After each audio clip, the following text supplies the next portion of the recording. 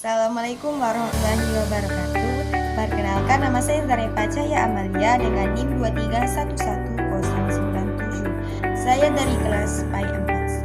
Di sini saya ingin memenuhi tugas UAS pada mata kuliah Masail Fiqhiyah Al-Haditha dengan dosen pengampu yaitu Bapak Muhammad Ihsan Jauhari MPD. Bismillahirrahmanirrahim. Langsung saja saya akan membacakan soal yang pertama, yaitu tentang bayi tabung. Nah, bayi tabung merupakan proses pembuahan di luar tubuh antara semen suami dan ovum istri dan diimplementasikan dalam rahim istri. Dalam hal ini, spermatozoon, ovum dan kehamilan seluruhnya berasal dari suami istri yang bersangkutan. Nah, ini dilakukan sebab pasangan suami istri kesulitan untuk mendapatkan keturunan dengan sebab tertentu. Padahal anak keturunan ialah pelengkap dalam kehidupan rumah tangga. Pertanyaannya, yang pertama yaitu berikan analisis Anda terkait hal tersebut, dan yang kedua yaitu jika melakukan bayi tabung dengan alasan menjaga kondisi tubuh agar tetap menawan atau atletis, apakah diperbolehkan? Berikan alasannya. Dan yang terakhir yaitu bagaimana pandangan hukum Islam dalam hal membesarkan janin, semen suami dan ovum istri pada rahim wanita yang lain. Nah, saya akan menjelaskan terkait analisis dari program bayi tabung tersebut. Nah, salah satu cara yang dilakukan oleh dokter ahli kandungan untuk memenuhi keinginan suami istri guna memperoleh anak karena dalam persetubuhan mereka tidak dapat mempertemukan sel sperma dengan ovum istri dalam rahim istri. Nah, bagaimana dengan pembuahan di luar rahim? Yaitu pada pembuahan di luar rahim, prosesnya sel sperma suami dan sel telur istrinya diambil dan dikumpulkan dalam sebuah tabung agar terjadi pembuahan. Nah, setelah dirasakan cukup, maka hasil pembuahan tadi akan dipindahkan ke dalam rahim istrinya yang memiliki sel telur tersebut. Nah, hasil pembuahan tadi akan berkembang di dalam rahim istri tersebut sebagaimana orang yang hamil, kemudian melahirkan anak yang dikandungnya. Nah, jadi cara seperti ini sama halnya dengan sel sperma laki-laki tadi, si suami diambil kemudian disuntikan pada rahim sang istri sehingga sel sperma tersebut bertemu dengan sel telur istrinya. Kemudian terjadilah pembuahan yang akan menyebabkan kehamilan. Yang membedakannya cuman daripada pembuahan di luar maupun di dalamnya.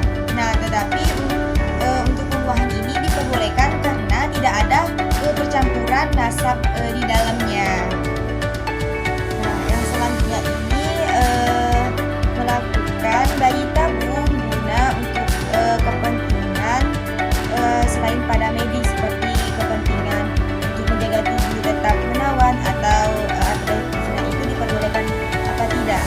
Nah, sebelum itu bahwasanya tujuan daripada melakukan bayi tabung ini memang pada dasarnya ada syarat atau ketentuan yang harus diambil. Nah, untuk melakukan bayi tabung ini dengan alasan menjaga tubuh agar tetap menawan atau atletis, itu tidak diperbolehkan dari sudut medis, etika, dan bioetika. Nah, alasan utamanya bahwa prosedur bayi tabung ini merupakan intervensi medis yang kompleks dan beresiko yang seharusnya digunakan untuk mengatasi masalah infertilisasi atau indiksi medis tertentu. Nah, bukan untuk tujuan estetika atau gaya hidup semata. Karena ini bisa menyangkut daripada nyawa seseorang yang ingin melakukan bayi tabung tersebut. Jadi untuk melakukan ini tidak bisa sembarangan karena resikonya juga yang terlalu besar. Nah, terkait hukum bayi tabung dengan menggunakan rahim ibu pengganti atau orang ketiga. Nah, jadi masalah penitipan janin ini terhadap bayi tabung dengan menggunakan rahim ibu pengganti menimbulkan beberapa permasalahan tentang harkat ayah dan ibu serta hakikat hubungan hukum antara orang tua dengan anak bersangkutan.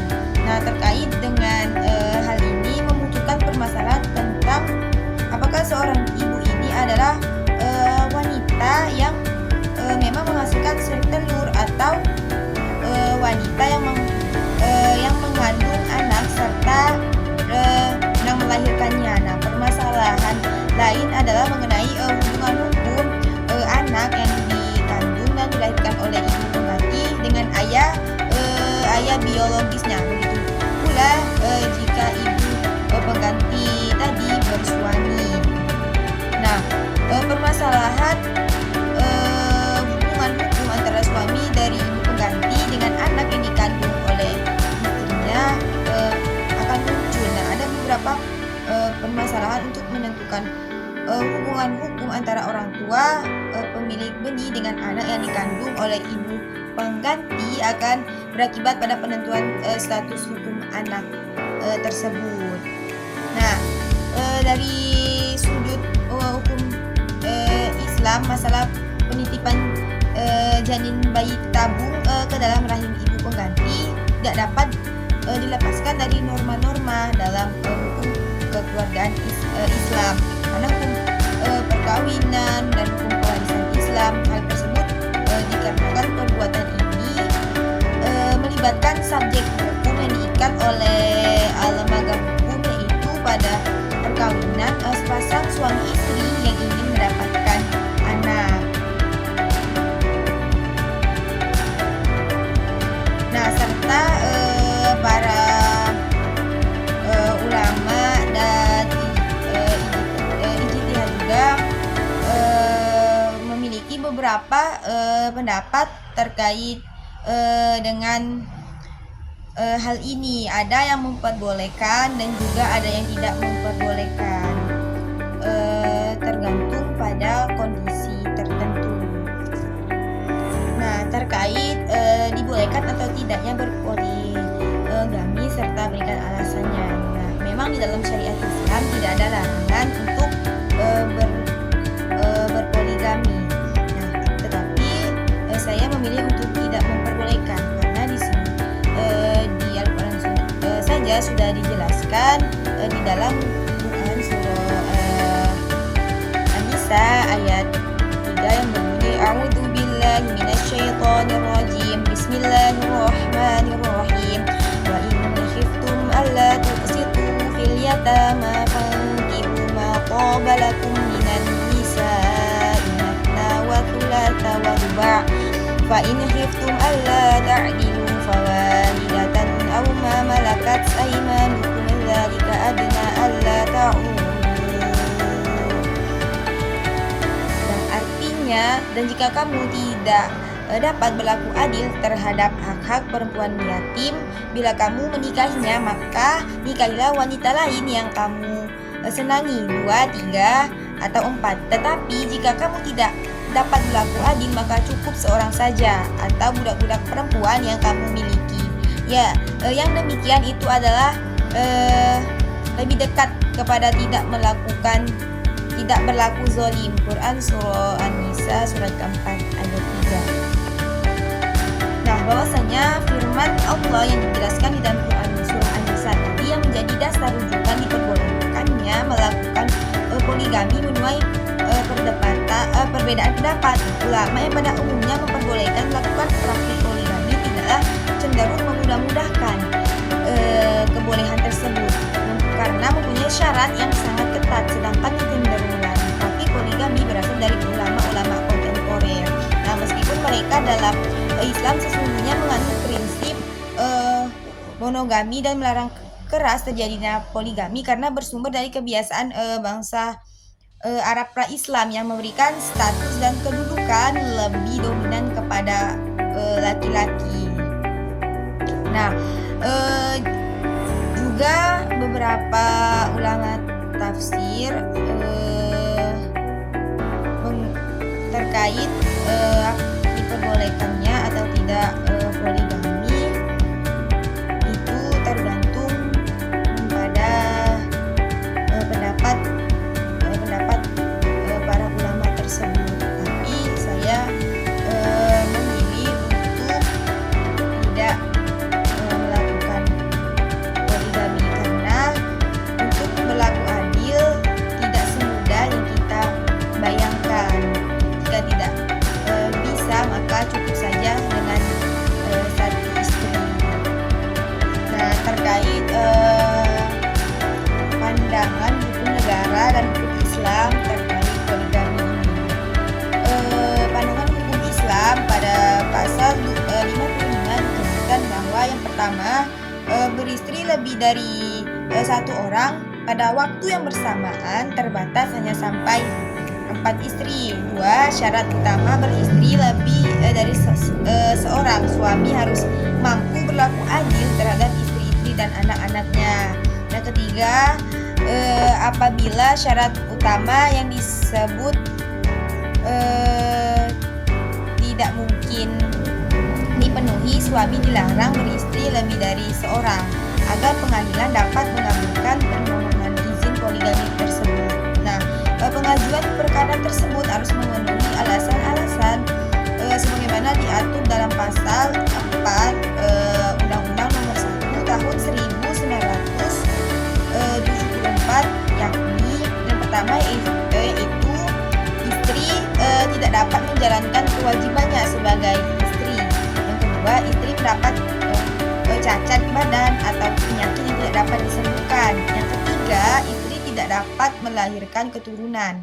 Nah, sedangkan dalam kompilasi hukum Islam pasal 57 dijelaskan bahwa yang pertama, selain syarat utama yang disebut pada pasal 55 ayat 2, maka untuk memperoleh izin pengadilan agama harus pula dipenuhi syarat-syarat yang ditentukan pada pasal 5 Undang-Undang Nomor 1 Tahun 1974, yaitu adanya persetujuan istri, yang selanjutnya adanya kepastian bahwa suami mampu menjalin keperluan hidup istri-istri dan anaknya mereka nanti. Nah, bagaimana pandangan saya dan para ulama terkait abortus atau aborsi ini? Nah, menurut saya bahwasanya aborsi ini adalah berakhirnya suatu kehamilan akibat faktor tertentu pada atau sebelum kehamilan itu berusia 20 minggu atau buah kehamilan belum mampu untuk hidup di luar kandungan, kematian janin atau keguguran sebelum sempurna walaupun janin belum mencapai usia 6 bulan. Dapat disimpulkan bahwa aborsi secara syariat tidak memiliki pada usia kandungan, namun melihat pada kesempurnaan bentuk janin tersebut. Selanjutnya, bagaimana pandangan ulama terkait aborsi ini? Nah, Majelis Ulama Indonesia atau MUI memutuskan ada beberapa. Yang pertama yaitu ketentuan umum yang dimana yang pertama yaitu darurat. Nah, suatu keadaan di mana seseorang apabila tidak melakukan sesuatu yang diharamkan maka ia akan mati atau hampir mati. Dan yang kedua yaitu hajat. Nah, di mana suatu keadaan di mana seseorang apabila tidak melakukan sesuatu yang diharamkan maka ia akan mengalami kesulitan yang sangat besar. Yang kedua yaitu pada ketentuan hukum. Nah, aborsi ini haram hukumnya sejak terjadinya implantasi bastosis pada dinding rahim ibu atau nidasi. Yang selanjutnya itu aborsi diperbolehkan karena adanya uzur atau darurat tadi. Nah, baik yang bersifat darurat ataupun hajat tadi. Nah, aborsi ini haram hukumnya dilakukan pada kehamilan yang terjadi akibat zina. Bagaimana melakukan aborsi terkait dengan alasan terindikasi bahwa anak yang lahir nanti akan cacat. Jadi Fatwa Majelis Ulama Indonesia pasal 2 ayat 1 nomor 4 tahun 2005 menyatakan bahwa di tengah-tengah masyarakat timbul pro dan kontra tentang hukum melakukan aborsi tanpa alasan medis sebelum penetapan RUU. Semakin banyak terjadi tindakan aborsi yang dilakukan oleh masyarakat tanpa memperhatikan tuntutan agama. Aborsi banyak dilakukan oleh pihak-pihak yang tidak memiliki kompetensi sehingga menimbulkan bahaya bagi ibu yang mengandungnya dan bagi masyarakat pada umumnya. Nah, tentang aborsi janin terindikasi penyakit genetik adalah dibolehkan dengan catatan bahwa hal itu harus didasarkan pada pertimbangan medis dan dibolehkan dilakukan aborsi dalam jangka waktu usia kehamilan yang tidak lebih dari 40 hari. Sesungguhnya anjuran umat Islam untuk tidak semena-mena melakukan aborsi, akan tetapi dengan persyaratan bahwa aborsi itu harus dengan mendapatkan persetujuan dari keluarga yang menggugurkannya, pertimbangan dokter atau tim medis, dan pandangan ulama. Nah, soal yang terakhir yaitu terkait tindakan atau solusi yang dilakukan untuk mencegah aborsi. Nah, ada beberapa. Yang pertama yaitu terbuka kepada keluarga. Nah, calon ibu ini seringkali merasa takut, malu, atau cemas ketika menghadapi kehamilan yang tidak direncanakan. Namun, menyimpan permasalahan sendiri justru memperburuk kondisi emosional dan mental. Keterbukaan kepada keluarga, terutama orang tua atau saudara kandung, adalah langkah awal untuk mencari dukungan dan solusi yang bijaksana. Nah, yang selanjutnya itu memanfaatkan kelompok atau komunitas keagamaan berperan besar dalam memberikan dukungan spiritual dan emosional.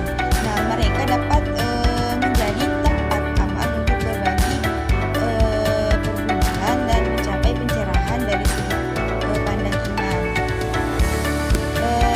Selanjutnya ketiga yaitu hargai janin selagi tidak direncanakan. Nah, meskipun kehamilan tidak direncanakan, janin adalah makhluk hidup yang memiliki hak untuk hidup. Menghargai janin berarti mengakui keberadaannya sebagai anugerah, bukan kesalahan. Itu penting agar calon ibu tidak melihat janin sebagai masalah yang harus disingkirkan. Nah, dan yang terakhir, yang selanjutnya itu memanfaatkan kelompok atau komunitas keagamaan berperan besar dalam memberikan dukungan spiritual dan emosional. Nah, mereka dapat menjadi tempat aman untuk berbagi pergumulan dan mencapai pencerahan dari sudut pandang iman. Selanjutnya ketiga yaitu hargai janin selagi tidak direncanakan. Nah, meskipun kehamilan tidak direncanakan, janin adalah makhluk hidup yang memiliki hak untuk hidup. Menghargai janin berarti mengakui keberadaannya sebagai anugerah, bukan kesalahan. Itu penting agar calon ibu tidak melihat janin sebagai masalah yang harus disingkirkan. Dan yang terakhir yaitu cari bantuan profesional. Nah, catatan tambahan untuk melengkapi meskipun tidak tertulis di daftar awal, mencari bantuan profesional ini seperti psikolog, konselor, atau petugas kesehatan reproduksi juga merupakan langkah penting. Mereka bisa memberikan pandangan objektif, bimbingan psikologis, dan pengetahuan medis yang relevan. Baik, itulah pemaparan tugas-tugas video saya pada kali ini. Apabila ada kata-kata yang salah ataupun perilaku saya yang kurang baik, saya mohon maaf, dan kepada Allah saya mohon maaf. Saya akhiri, wabillahi taufiq wal hidayah. Assalamualaikum warahmatullahi wabarakatuh.